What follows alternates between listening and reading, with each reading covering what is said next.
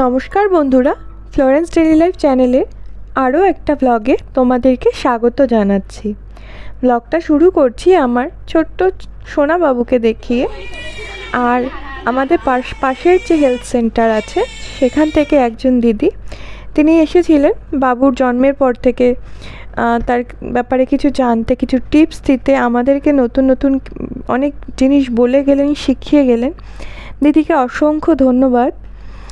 আর ব্লগটা আজকে কিন্তু তোমাদেরকে দেখাতে চলেছি আমার প্রিয় বন্ধুরা, আমার গাছরা হচ্ছে এমন এক বন্ধু যারা কিন্তু কখনোই সাথ ছেড়ে যায় না।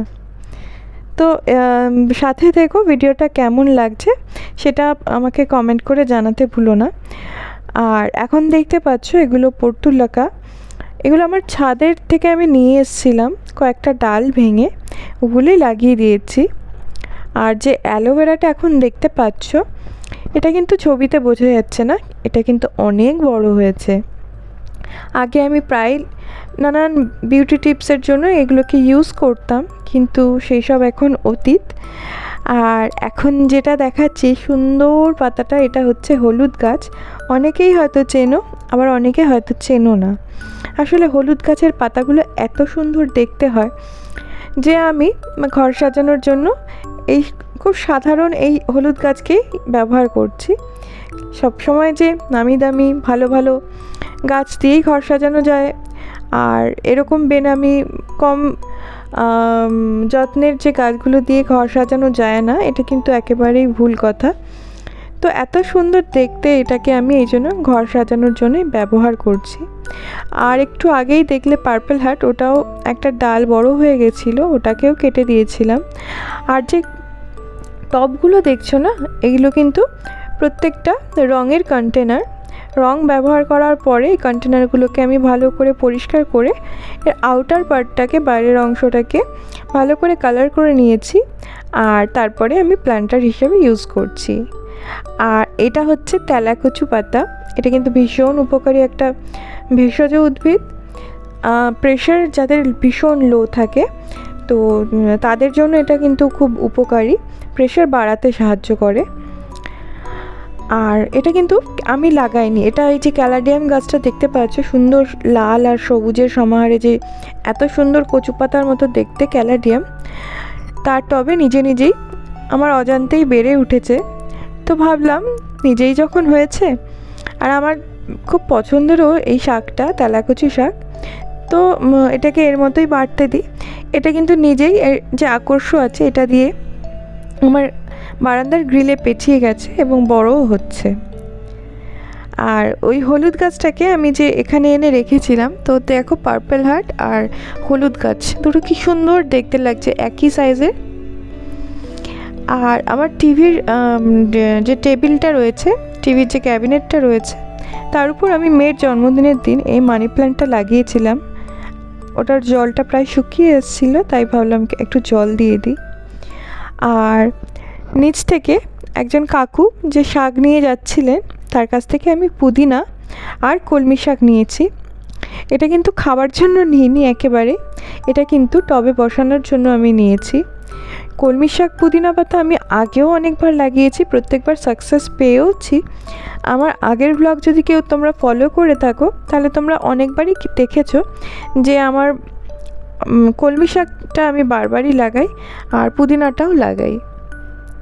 তো কলমি শাকটা লাগানোর জন্য আমি কলমি শাকের যত পাতা ছিল মোটামুটি সবই ছেটে দিয়েছিলাম। আর দেখতে পাচ্ছ এখানে আমার ছোট্ট পুচকু, সেও কিন্তু আমার সাথে গার্ডেনিংয়ে হেল্প করছে।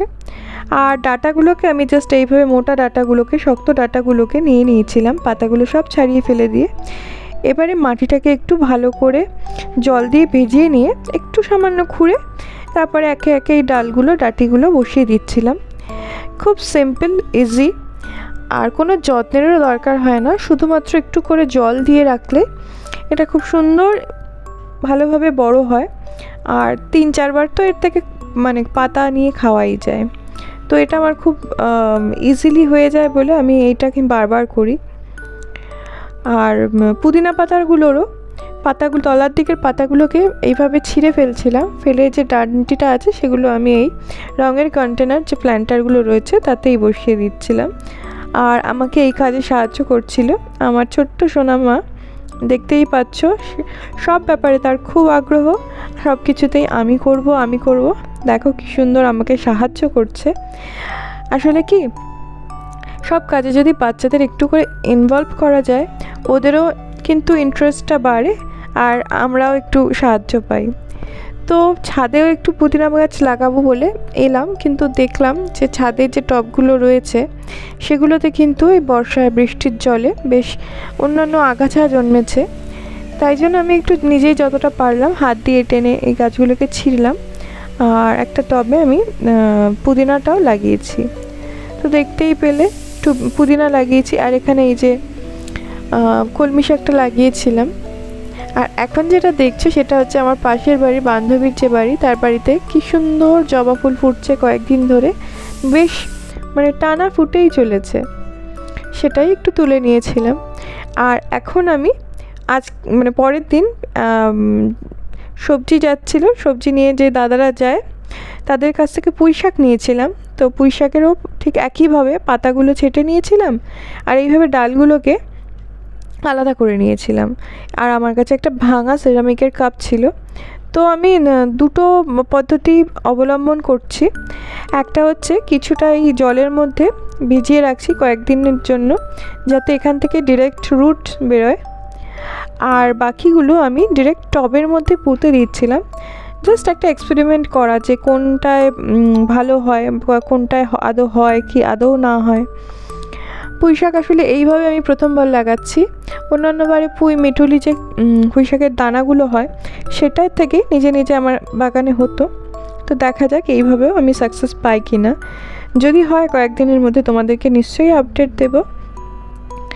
এখানে আমি টবের মধ্যে ভালো করে মাটিটাকে খুঁচিয়ে নিয়েছি, তারপরে এক এক করে যে ডালগুলো কেটে রেখেছি ওগুলোকেই বসিয়ে দিচ্ছি, দেখি কোনটায় আমি সাকসেস পাই।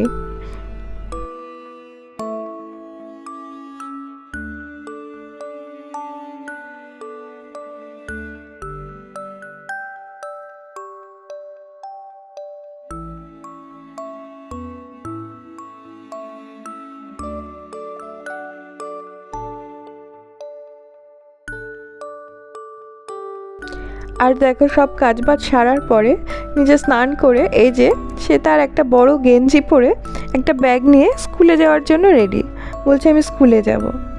স্কুলে যাওয়ার জন্য যে তার কত আগ্রহ জানি না, যখন সত্যি সত্যি যাবে তখন এই আগ্রহটা থাকলে হয়। আর এই যে জলে যেটা ভিজিয়ে রেখেছিলাম ওটাও আমি বারান্দায় এনে এইভাবে রেখে দিচ্ছি।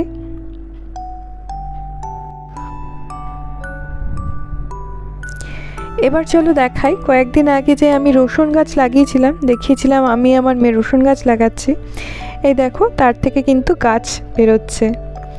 আসলে রসুন গাছটা মানে রসুন পাতাটার জন্যই লাগাই।